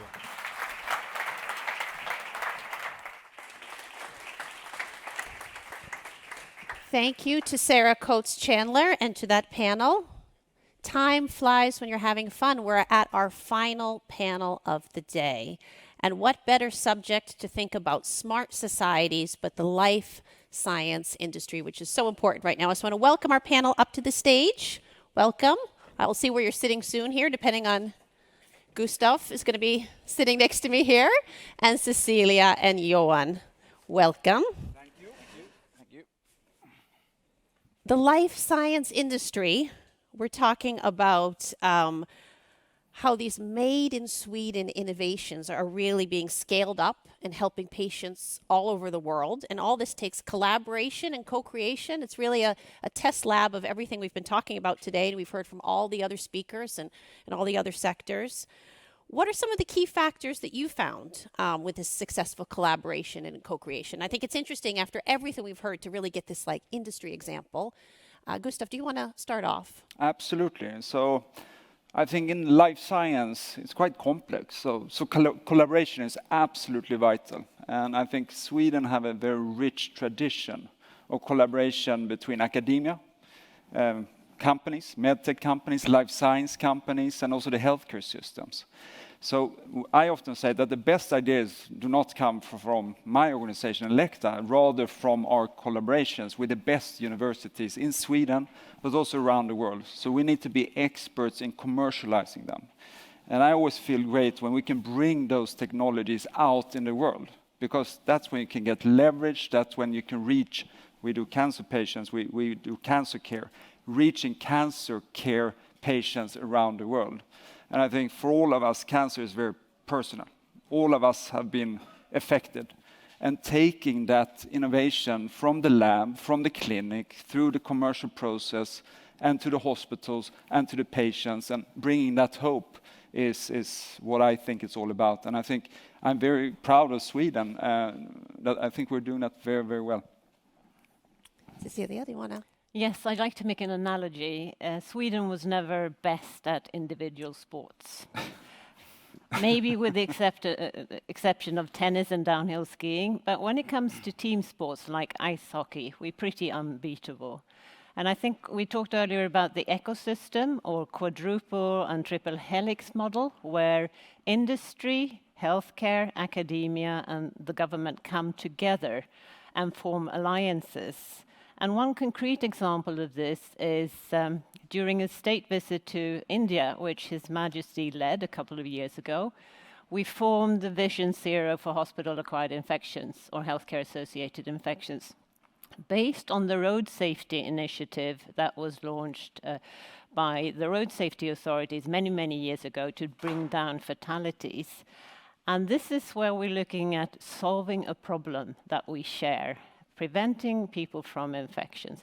That has now led to a platform where we share knowledge and we train people and we bring the needs of the healthcare sector and interact. And I think that is really when we establish sound partnerships across industries, across sectors, that's when we really can benefit from the collaboration. Johan, do you want to? Yeah, absolutely. I mean, at XVIVO, we work with transplantation, and basically all our innovation has come from collaboration and co-creation with research institutes and academia. One example is we work with a center called Igelösa and Professor Stig Sten. And that technology today is one of the most groundbreaking within lung transplantation. So they do the basic research, and we do, as you were talking about, product development, bring it through clinical trials, and then out in the market. At the same time, then, it doesn't stop. You have to work very closely also with, let's call it your customers, be interested in their research to understand actually how you create clinical practice when you have something that is new and groundbreaking. And today we know, for example, if you take lungs, 20% of all lungs which are being donated for transplantation is actually leading to transplantation. 80% is discarded in a world where organ shortage is a big issue. With this technology, we can lift that number up to 40-50%, which is quite amazing. And we see that now around the world in many of the large transplant centers. So for us, I think that co-creation, working with big research institutes, not just in creating the innovation, but bringing it out, is an absolute fundamental success factor. And So following science and being research driven is something that we have very close to our heart, so to say. And I think too, if we're having life science representatives here on stage, obviously we're all thinking about the past year and a half we've had COVID-19. It's had consequences for the entire sector, even if you're not directly related. I know in manufacturing, any medicines or supplies. Tell me a little bit how something like this makes you have to rethink, reinvent what you're doing, how you're working, who you're co-creating and collaborating with. Do you have any kind of practical examples to share that would really inspire other sectors as well? Absolutely, and I think for the life science industry, what has been achieved over the last 1.5, 2 years has been absolutely amazing. The amount of innovation in such a short time, if you look at the vaccines, for example, and the race for the vaccines. But I think if you are in other industries, and maybe not related directly to COVID, it has been about rethinking how you do things. We couldn't get to the customers. We couldn't service our machines. And the logistics challenges has also been a big thing we needed to cope with. So it's been about coming up with digital way of working with the customers, but also training the clinical professions around the world has been so important, and guiding them through the big cancer backlog that is now building up around the world that we need to address in the coming years. So this, I think we will bring so much knowledge, so much new processes, so much digitalization, so much automation from the crisis into the future, and make the future brighter from that point of view. Anyone have anything to add there? Yes, I read a report by the WHO yesterday saying that the pandemic had set back healthcare by 2 decades, 2 full decades. There's a huge backlog of cancer patients not having had the diagnostics or the treatment, elective surgeries, people not having new knee joints or whatever it is. If we add to that the antimicrobial resistance, which risks setting us back to the 1940s before penicillin was invented, it's a pretty gloomy picture. But I think what the pandemic has actually done is put a finger on the need for prevention. We need to prevent further pandemics. We've had vaccines in no time, but we also need to prevent bacterial infections. So I think it's put prevention on the spot. As you mentioned, artificial intelligence, traveling digitally, training, sharing knowledge through that, and co-creating. Scania is another brilliant example where the government called on the action of the industry to help support in a crisis. Industry teamed up and provided supplies. Scania helped with logistics staff. That's another way of co-creation. And I think let's not go back to where we were before, but let's take this leapfrog moments and go ahead and accelerate the development. Yeah. I could maybe add a few comments. Similar, I mean, we see a much greater need on how we drive professional education now compared to before through digital channels, etc. as one. But what's even more interesting, or in a way very sad, building on what you said, that there is a backlog of healthcare that is needed, is that in our field we also see a lot of new patient groups coming up that needs to be dealt with in a different way. Was reading a report a couple of weeks ago where every 10th lung transplant in the US is now from a COVID patient. And then when you turn that around, we will also have donors of organs who have had COVID, which will also, drive for new technologies, how you evaluate organs, and how you can be more effective in dealing with this problem, which is already great when it comes to organ shortage. So that's something we see. We need new ways of working. Well, you're our last panel of the day, so it also means you get the last question of the day. And there's something that everybody here in the live audience, here in Dubai, and our virtual audience from all around the world really wants to know, and that is your call to action. Because as we were saying, health, well-being, it's an important part of us creating a smart society, but what's your sort of vision, your call to action you want to share? How can we create the impact for people around the world that we've been talking about, all this impact, but at the same time being at the forefront of innovation. I wish I could have, if I had more time, I would have asked everyone in every panel, but you get to represent everyone today here and answer that question. Thank you. That's a big honor. And I would summarize it in one word. And it's the word I've heard most in UAE and Dubai. It's hope. I went to a hospital on Monday, and it was a cancer hospital. And there was a small clock that you can ring. And it was for all the cancer patients that had gone through their treatments. And they would chime the bell. And that was the bell of hope. And I think bringing that hope around the world is my call to action. And then the question how to do it. I think over the last decades it's been so much about breakthrough innovation. But I think right now it's much more about innovation around implementation. We need to bring these amazing technologies we have. And that's where I'm very hopeful out to the parts of the world that is not getting access to whatever life science or cancer care that they don't have in those countries. So that's the call to action to myself, but I think to all of us as well. I'd like to start with a vision, and that's the vision of having equal access to good health and well-being and healthcare. Focus on healthcare instead of sick care. And I think in order to get there, we really do need to collaborate across industries, across countries, because we can make use of technology to travel much further, travel much faster, bring more people in, use the advances in developing countries who have leapfrogged the innovation and are not suffering from legacy systems which hold them back, but they can go much quicker than many of us can. And then finally, focus on prevention. Prevention for people, prevention for patients, because prevention is always better than cure. It saves a lot of lives across the world. And yes, let's invest in prevention. I mean, our vision is that no one should die waiting for a new organ. A lot of people on a waiting list today. WHO's report is showing that there is around 160,000 transplants happening globally every year. The need is roughly 1.6 million.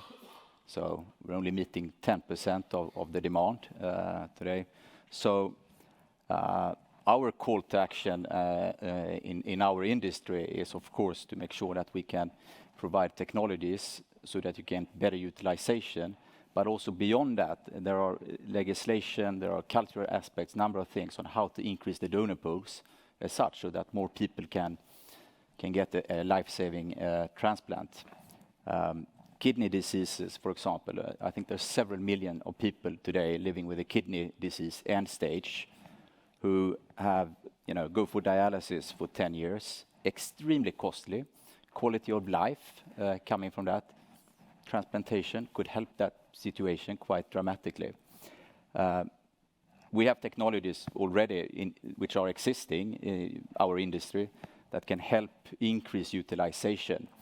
We know that for lung transplants, if you can reduce the waiting list by 10%, you will decrease the mortality by 40%, as an example.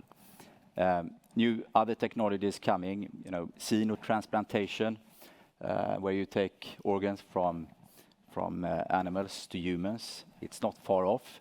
First kidney happened this year, actually, earlier. Heart transplantation from animal to human, a few years ahead. Some ethical, of course, issues around that needs to be solved. 3D printing of organs will come. It will take time, but there's a lot of nice actions going on in this area. And I mean, the company I work for and our industry are very committed to how can we, support, solving this global issue of organ shortage. This is really great to hear these practical examples from your own work. And I want to thank you to our final panel for their final reflections and a great call to action for all of us. So thank you. Thank you. Thank you.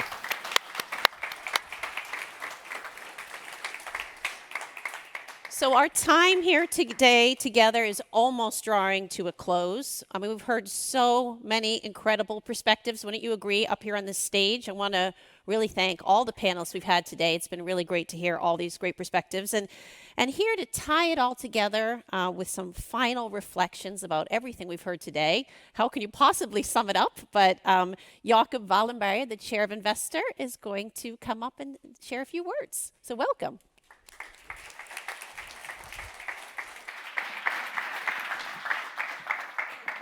Well, thank you very much, and that's indeed a challenge.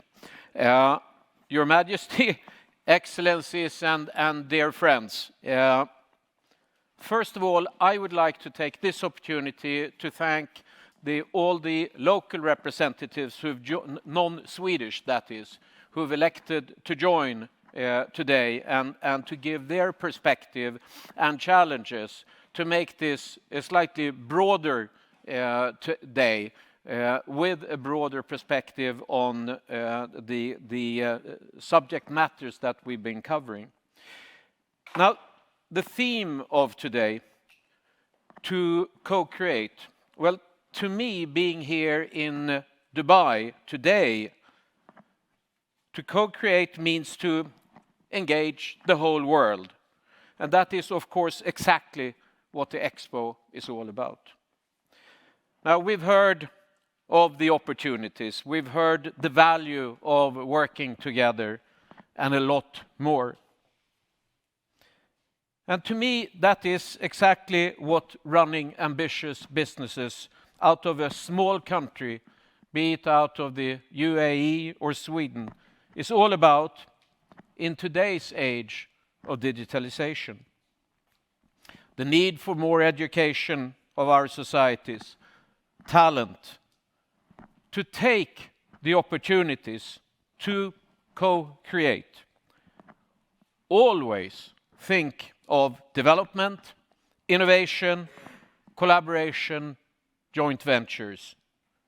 At the end of the day, it's a question of mindset. How do you succeed? You have to fight. Today, the most pressing challenge is climate change, sustainability. We've heard a lot about it today. Business cases, challenges in the region, in the north. To me, it is clear that business is addressing sustainability for real. Europe is on. Others are slower. And I believe we all have a great responsibility to continue to push. Hope, as we heard at the very end. Hope, and use that hope as a call for action of further implementation and addressing sustainability being so very important.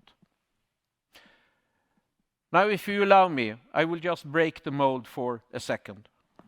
I would like, on behalf of many of the businesses that are here, many of the businesses that I work with, just take this opportunity and thank you for today. Thank all the organizers, thank all the hosts, all the people who've worked so hard to make this day and this summit a reality, and all the people who've actually made it here. I think that Swedish business and government have together done something really important here. It's part of our responsibility to be out there in the world and show our face and show what we can. But equally important, listen to the others, learn from the others, and together we can make a much better world, create a much better world. So in short, today we've learned a lot, and our challenge now is to live up to the motto of this fantastic Expo. Connecting minds of the world. Connecting minds of the world. Creating the future. Thank you very much.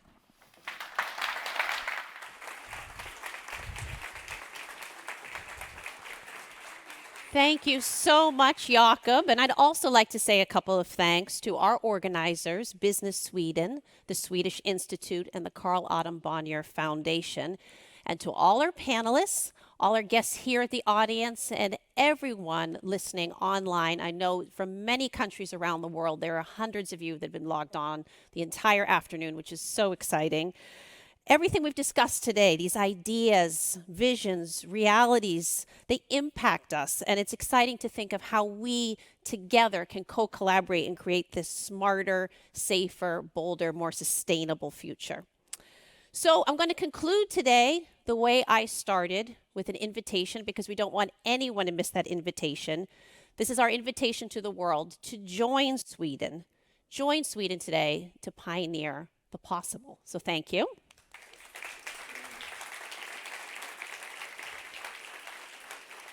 And now, all rise for His Majesty King Karl XVI Gustaf.